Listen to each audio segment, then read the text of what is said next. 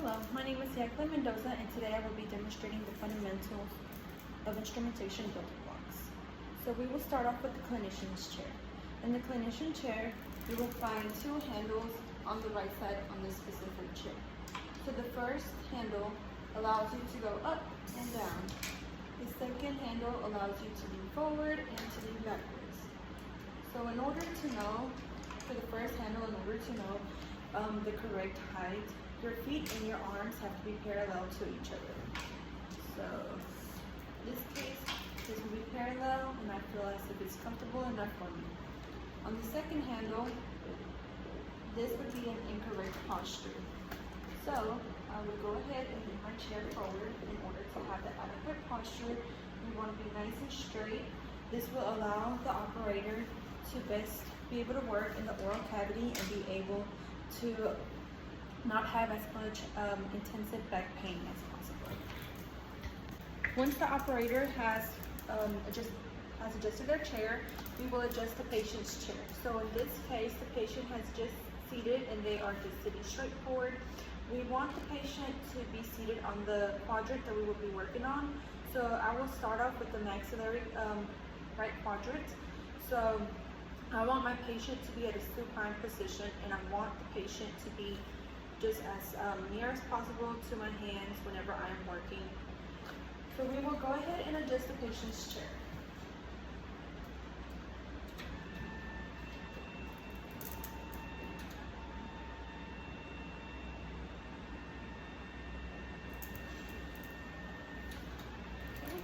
So the clinician can go ahead and just determine if the patient is at a correct height for them to go ahead and work efficiently and for them to be comfortable while working in the patient's mouth. So right here, the patient seems to be fine for me. I'm gonna go ahead and just lower it down just in case it could be a little bit more comfortable. Okay, so this would be a little better for me. The patient, since we are working on the maxillary side, they would have to tilt their head over, so we're going to go ahead and adjust the patient in order for us to get that correct angulation and just work more efficient on the maxillary quadrant. Okay. I'm going to lean them back just a little bit. And this is very important in order for us not to have any pain in like our arms, shoulders, and all that. We want to minimize the pain as much as possible. In the long run, it can cause problems to the clinician, and just the work and the patient will not be as effective as we would like it to be. Okay. So once the clinician has been seated correctly and the patient has been seated correctly, we will begin to grab our instruments. So right here we have our mirror and we have our Explorer 1112. So for this, to determine the correct working end, you will need to determine which side you will be working on. For example, if I'm working on the posterior side, the shank would need to be parallel to the axis of the tooth. And if I'm working on the anterior side, the shank would need to wrap around the tooth. So in this case, we'll be determining the anterior sides. I will start with the anterior on sides towards me. Before I start, I would like to go ahead and put my light directly onto the area that I will be working on. This will only allow me to be able to see correctly in the mouth and just to be able to have a better vision once I am detecting the calculus.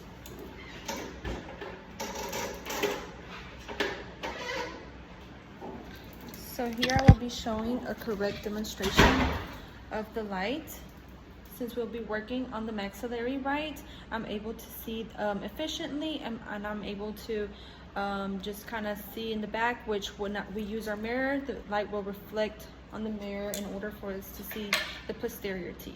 An incorrect vision of the light or using the light wrong would be, for example, working on the maxillary right, but the light's really not reflecting. It's mainly reflecting right here on this mandibular left side, and we want to avoid that. So we're gonna go ahead and adjust it in order for us to have good vision and for us to be able to just kind of reflect the light.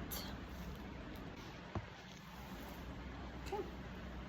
So once that we have everything in order, patient seated correct, lights correct, and we have the cassette near us in order for us to just work efficiently, we will go ahead and determine. So to start off, you would like to hold your instruments at a modified pen grasp.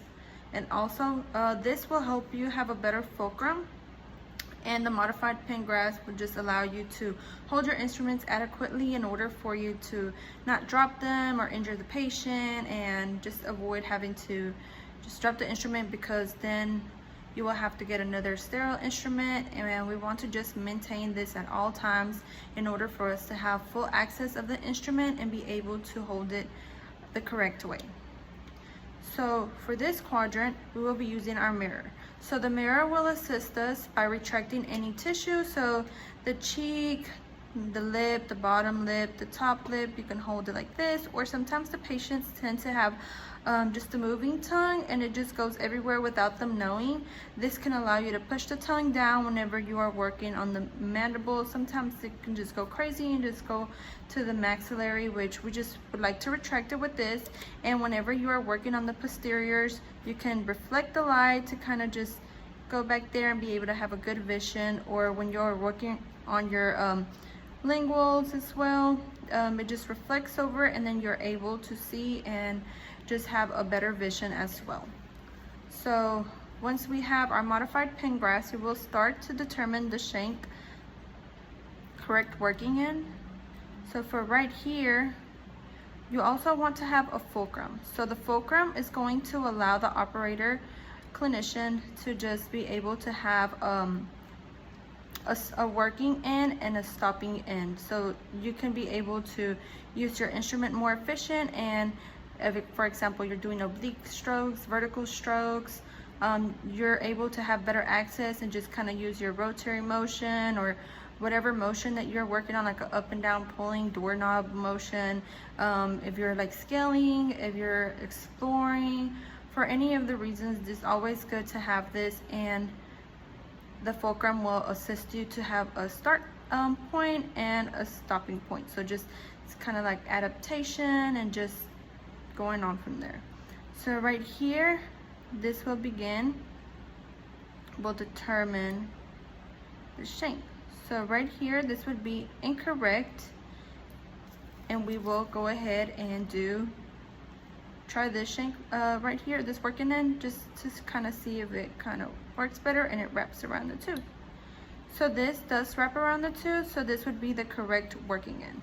Also, whenever you do have your modified pen grasp and with your fulcrum, you want to avoid having your fingers just like this or like this. It just won't be super efficient whenever you are working in the oral cavity, and you want to just maintain that in order, how I mentioned, that you can have more access to your instrument, and that you have better control, and you can get like a better calculus detection, and making sure you're getting the calculus out correctly, removing it by not burnishing it, and just being more efficient when you're working in the mouth. So once that we have determined the shank, since I'm working on this maxillary right quadrant, I will make sure my clock position is correct. So for my clock position, I will be seated at an 8 o'clock position. Once I have determined the correct working end and my correct clock position, I will be able to start with my patient. So we will begin the adaptation right here in the middle of the tooth, since the surface is towards me. And then we will begin at an up and down rotary motion in order to detect the calculus, making sure to get in the interproximals at a good angle, because you don't want to poke the patient and then hurt them in the periodontal ligament. You want to stay in the sulcus area. So right here, this would be a correct adaptation. Just kind of rotate and rotate once you're getting to the interproximal, and have good rolling once you're getting in the interproximal surfaces. Incorrect visual would be you grab the wrong working end, and then you're just going right here, and then you can damage their periodontal ligament, and we want to avoid that as well, so we can avoid hurting the patient and hurting their periodontal ligament. So Right here, you start in the middle, then you go up and down, and then just kind of go ahead. And that would be it. So then right here, this patient is missing tooth number 7. So we will go over here to tooth number 6. And for the fulcrum, you can go ahead and place it on the tooth or the tooth next to it. But in this case, since the patient is missing this tooth, I will place it on the tooth that I will be working on. So right here in the maxillary area, on the anterior area, you don't really necessarily need the mirror, but when you're working in the mouth, it's always necessary for you to hold your mirror with, if you're right-handed, with your left hand, or if you're left-handed, with your right hand, because once you get to these posterior teeth, it'll just be easier for the clinician to just have access to them. So right here, what you can do is that you can grab your instrument and just hold it just like this at a grasp, and make sure it is a firm grasp in order for the instrument not to fall and for you not to hurt the patient. And then right here, you can retract the upper lip with your finger while working and detecting the calculus on the anterior tooth. So right here, since I'm working surfaces towards me, I will go ahead and start in the middle and adapt my instrument and just work my way to the mesial surface.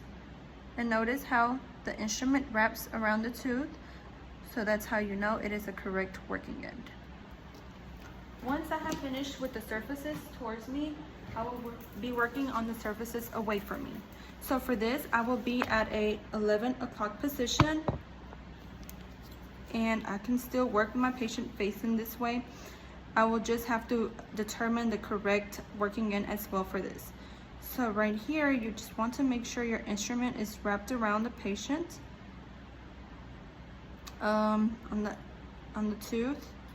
You don't want it to be parallel. That would be incorrect. So right here, this would be an incorrect on the 11. So we want to use the 12. So we will start off with tooth number 8. And whenever you are working from 11 o'clock normally, it is better to hold your instrument just like this. You don't want to hold it too high or too low. It just will get the incorrect calculus detection, and you want to get the correct detection in order to just classify your patient and to help them just have a better oral health as well, to just get the calculus out in order to just the patient not having a piece of calculus there that we missed. So right here, we have determined that our working shank is going to be 12. So we will start off by adapting the instrument in the middle as well, and we will continue working our way around to the interproximal surfaces. Okay. Then we will move on to the next tooth, adapt the instrument, keep that modified pen grasp, and then just keep the fulcrum intact. And you also right here, when you're right here in the sulcus, you want to just go ahead and rotate in order to avoid damaging the periodontal ligament. So once we have worked on the anterior teeth, we will move on to the posterior teeth. So unlike the anterior teeth, we will have our working end parallel to the axis of the tooth. We do not want it to go wrapped around the tooth how we would on the interior teeth. So for this, in order to determine, we would use our instrument and we would just go interproximally and just detect the working end. So right here with this one, it is 11. It wraps around the tooth, so that would be incorrect. We would go and move it to 12. And then just determine it, make sure you are correct, which this would be the correct working end.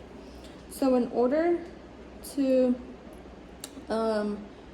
begin working, make sure that you do have your fulcrum in place and your modified pin grasp. So for this, your fulcrum on the mirror, if you are going to retract the cheek, it can be located at the zygoma. It does not necessarily have to be inside the mouth. How whenever you're working on some other areas, it would have to be like tooth next to it or something like that. This one, in this case, you can just use, set your fulcrum on the zygoma, but keeping the modified pin grasp intact. So once we have the right working end and the patient is facing the other direction and we have access to this teeth, we will start off by just scaling in the distal angle, just making sure you are rolling in and rocking up and down motion in order to fill.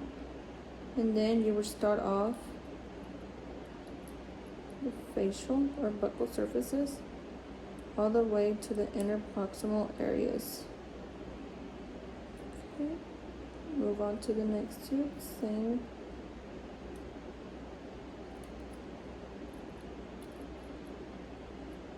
You just want to roll once you start getting inner proximal in order to not damage the periodontal ligament.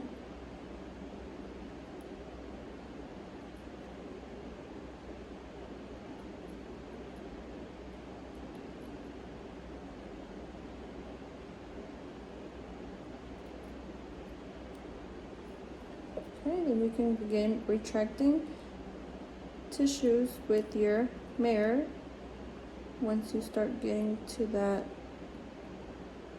second and third molar in the back.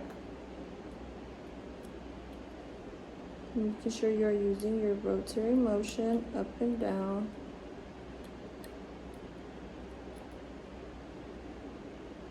You want a light, firm grasp. We will be moving on to the lingual surfaces. So we will begin with anterior teeth. So we will ask the patient to just go ahead and look straight forward. And then since we are going back to the anterior teeth, we want our instrument to wrap around.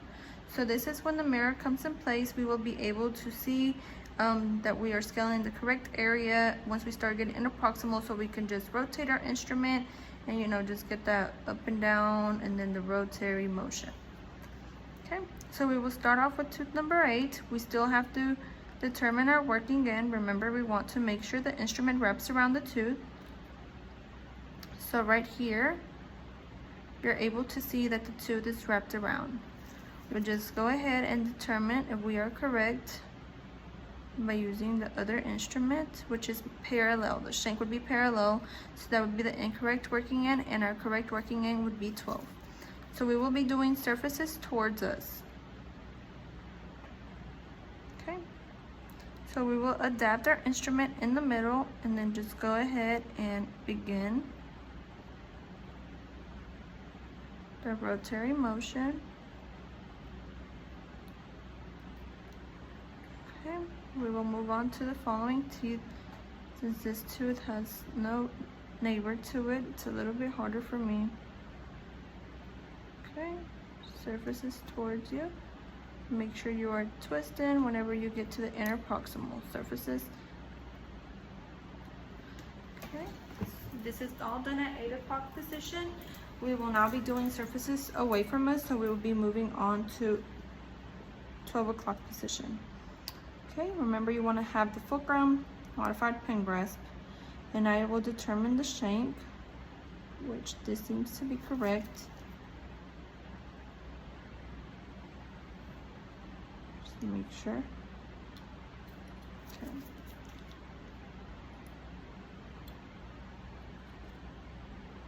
This one's parallel. Okay, the correct working end for this side would be 11. So we will start off in the middle as well and just work our way around. Keep it intact, the fulcrum, and just making sure that once you start getting interproximal, start moving, and then you can do it at a vertical angle. There's some calculus here that I'm able to detect.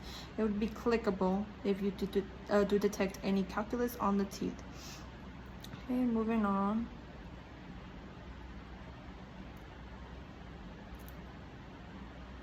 Okay, remember you want to angle, just how right here it's not poking and it's right at a correct angle. Okay, once we have completed our maxillary lingual anteriors, we will move on to our maxillary posterior teeth. So right here, I will be using my mirror, grab my fulcrum, and I can place my fulcrum on the chin area. So this will give me access to the third molars and just the back molars. So we will start off by having the patient face to our right side, and we will just make sure that we have the correct working end. Or this is, you can use the fulcrum once you're getting down here to the posterior molars, or you can use it right here on the top of their lip. So in this case, since I will be on the premolars, I will be using it right here since it allows me to have better vision. So for this, you want to go ahead and determine the working end as well. We don't want it to be, we want it to be parallel. We don't want it to be wrapped around the tooth. So this right here wraps around the tooth. You will always start off at the distal line angle.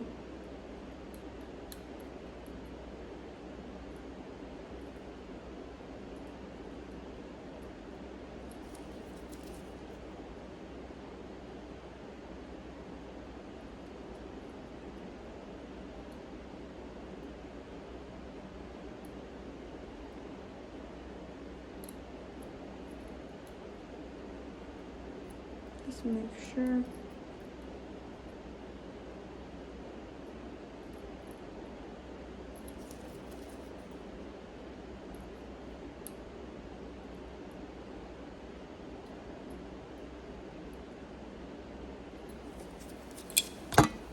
Okay.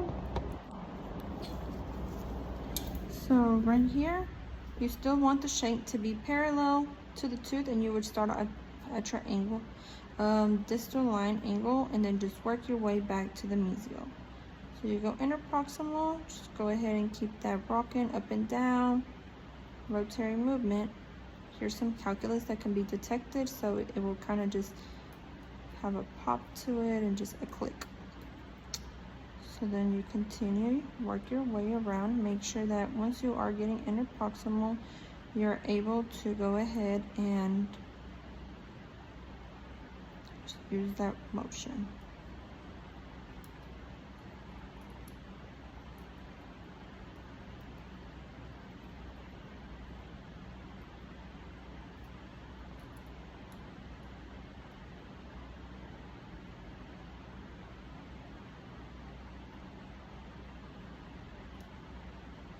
This is when the mirror comes intact to allow you to see where you're working at, and reflects the light and a visual of your working area on the tooth.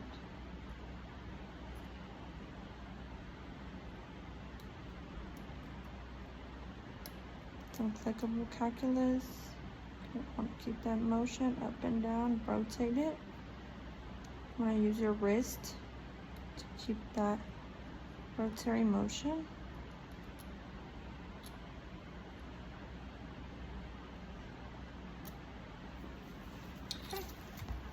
Once we are finished working on the maxillary right side, we will move down to the mandibular right side. So we want to have the patient to be in the correct position as well. So instead of a supine position, we want the patient to be at a semi-supine position, and we want the patient's chin to be up. So we're going to go ahead and fix the headrest to begin. Move the dim light away from our patient so it doesn't hurt their eyes. Okay, I'm going to ask the patient to lean back. Just go ahead and fix the chair. This looks good.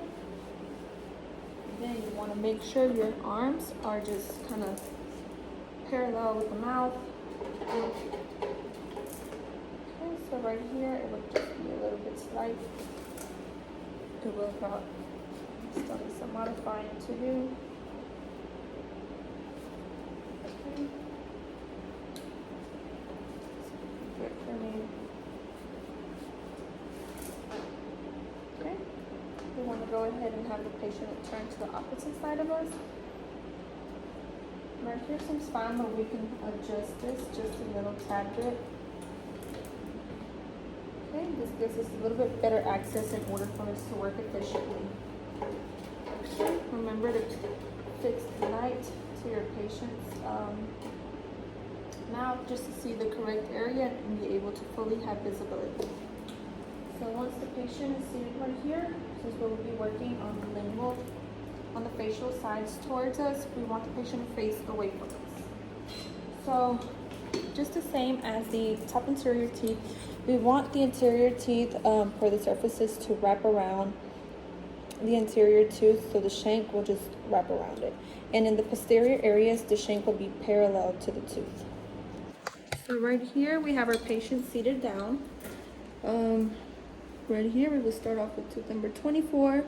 Just keep working our way around to this canine. So right here, you can grab your mirror with your pen grasp, but just kind of grasp, and then just keep in mind you can use this index finger as your fulcrum, just kind of retract, or you can use your mirror as well and retract. This is what the mirror is for, it kind of helps us, whichever one's more comfortable for the operator. Just try to avoid to drop the instrument, not hurt the patient or have to get a new instrument. So right here we still have our Explorer 1112. We're gonna do surfaces towards us. So right here, once you put it interproximally, it wraps around the tooth. You just want to double check. Okay, so the right working end would be 12. So we're going to work on surfaces towards us, and your instrument will kind of just be like up and down. So this, you can go ahead and use your fulcrum to allow you to have your rotary movement in place. We will start off by adapting the instrument in the middle. Just kind of working ourselves interproximal. Any clickable calculus. Okay, same thing. Keep the fulcrum in place and just keep rotating. Same thing. We'll go ahead in the middle and just keep rotating until you get into the interproximal surfaces. Hi, Dr. Linda. So now that we have the surfaces towards us, we will do the surfaces away from us. So we will have the patient just be straightforward, and we can retract the lip with our index finger. And the same thing, you want the instrument to wrap around the tooth. So for this, kind of just see the shank.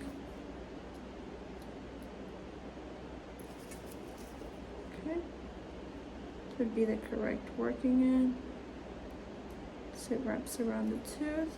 Just kind of work your way around it.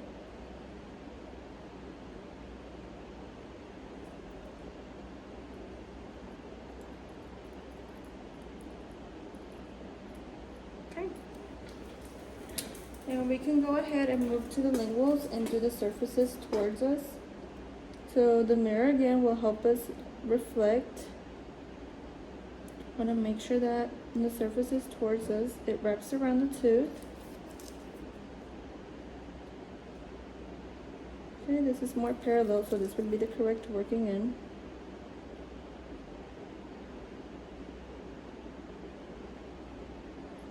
Okay, then we move on to the next tooth.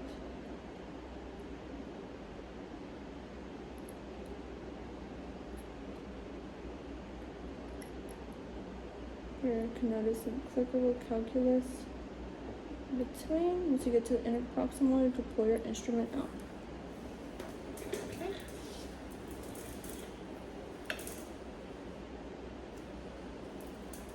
Want some more chin down. Okay, and then same thing, I would move back to 12 or 11, and I will determine surfaces. Away.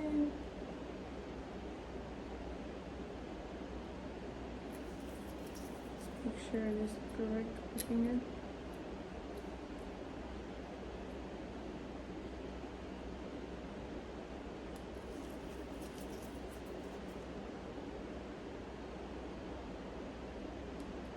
Yep, so in this case 12 would be the correct working end for away surfaces.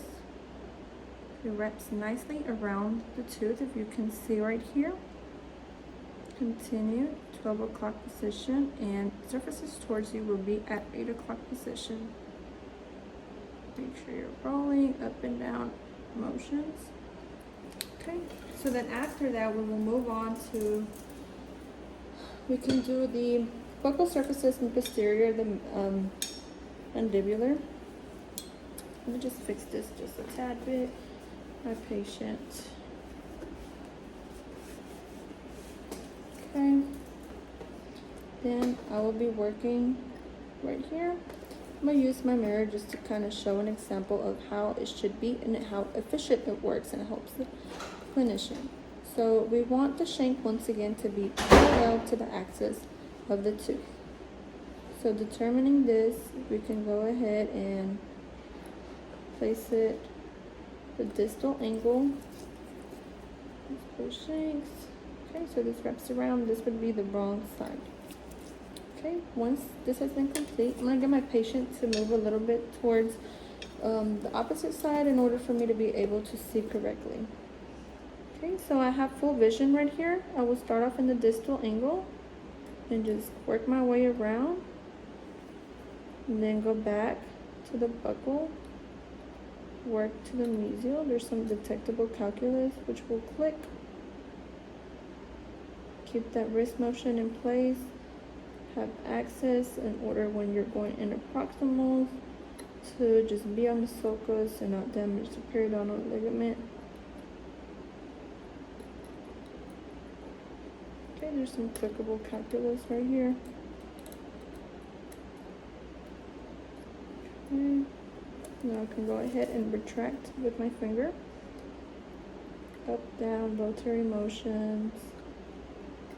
Okay. This tooth has mobility.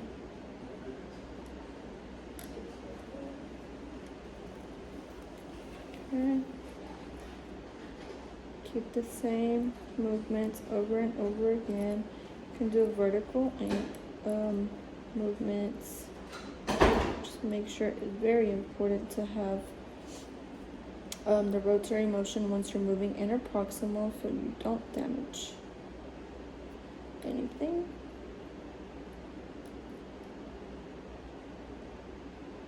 Okay, so this has been completed, all done at 8 o'clock position. We'll be moving on to our angles. So for this case, I will get the patient to move to the opposite side and I will use my mirror. Then I will go ahead and I will just hold the tongue down. This is whenever the mirror can help retract things. So right here, we're gonna imagine that the patient has a tongue and normally the patient cannot control the movement of their tongue. They're just sometimes unaware that their tongue is moving, which is normal. So we're just gonna push it down for them just to have better access and visualization. So I'm gonna be at 11 o'clock position and I'm gonna determine the working shank, the working end, sorry. Make sure it is parallel. You want it parallel at all times. Okay, I think I've determined. And just see how it would look. Yep, this would just wrap around the tooth. We don't want it to wrap around the tooth. Okay, so we're gonna start off. Keep that fulcrum intact. It gets a little bit more difficult once you're doing them, once you're exploring around posterior teeth, but you just have to know your tactile sensibility, sensibility, and then you have to just work your way around. Once you kind of get the hang of it, it will just be a breeze to you. Down movements. Okay, up and down the sulcus. Have to better angulate. Okay, interproximal. You gotta rotate, rotate, rotate, and tooth mobility on this tooth. Okay, now we can go ahead, mirror.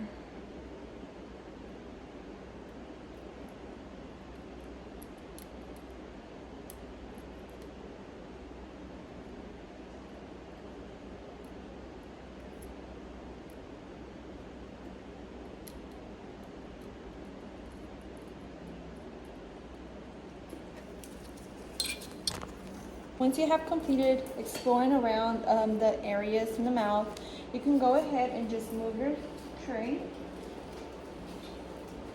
This will help the patient just kind of be able to get out in a safe way, not to hurt yourselves with any instruments. Go ahead, put it down. And then we will remove the light. Turn it off because the light does get extremely hot.